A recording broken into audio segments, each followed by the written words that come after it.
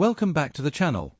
In today's video, we're diving into the fascinating world of Australian coins, specifically the iconic 50-cent coin from 1980. Whether you're a coin collector or just curious about the history behind this beautiful piece of currency, you're in the right place. So, let's get started. The 50-cent coin in Australia is a bit of a legend. First introduced in 1966, it was a replacement for the shilling and has undergone several design changes since. But today, we're focusing on the 1980 coin. This specific coin is part of the general series minted during that period and represents an era of transition for Australia's currency, especially as Australia was moving away from its imperial past and embracing its own unique identity. Let's talk design. Like most Australian coins from this period, the 1980 50-cent coin features the effigy of Queen Elizabeth II on the obverse, designed by Mary Gillick. This image of the Queen was used from 1953 until 1984 and is widely recognised. It's a classic depiction of Her Majesty with a wreath, representing Australia's deep ties to the British monarchy at the time. On the reverse side of the coin, we see the Australian coat of arms, which has been used on the 50-cent coin since 1966. The emblem features a kangaroo and an emu, two animals that are native to Australia and represent the country's uniqueness and independence. The design, created by the artist Stuart Devlin, also includes the text Australia and the year 1980. This design is a symbol of Australia's national identity, and it's one that continues to appear on Australian currency to this day. Now, let's talk about the condition of the coin. Since we're looking at a 1980 issue, most of these coins are considered circulated due to their long history. A circulated coin shows signs of wear and tear from being used in everyday transactions. This includes light scratches, dullness, or minor discoloration from being handled over the years. The 50-cent coin's large, 31.5 mm diameter and relatively thick profile make it a coin that holds up pretty well, even after decades in circulation.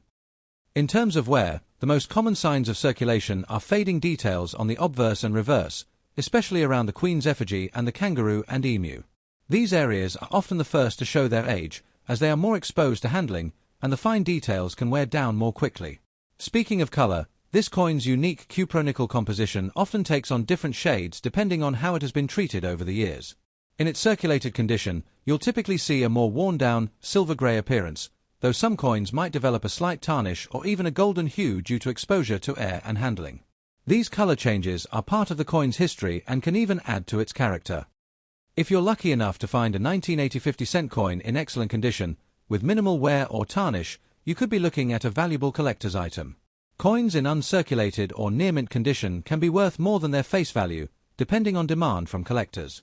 High-grade examples might fetch between $3 to $10 or more, depending on the exact quality. The 1980 50-cent coin is also a popular choice for coin collectors, particularly those interested in Australian numismatics. Its design is not only symbolic of Australia's national identity, but the large, distinctive shape makes it a standout piece in any collection.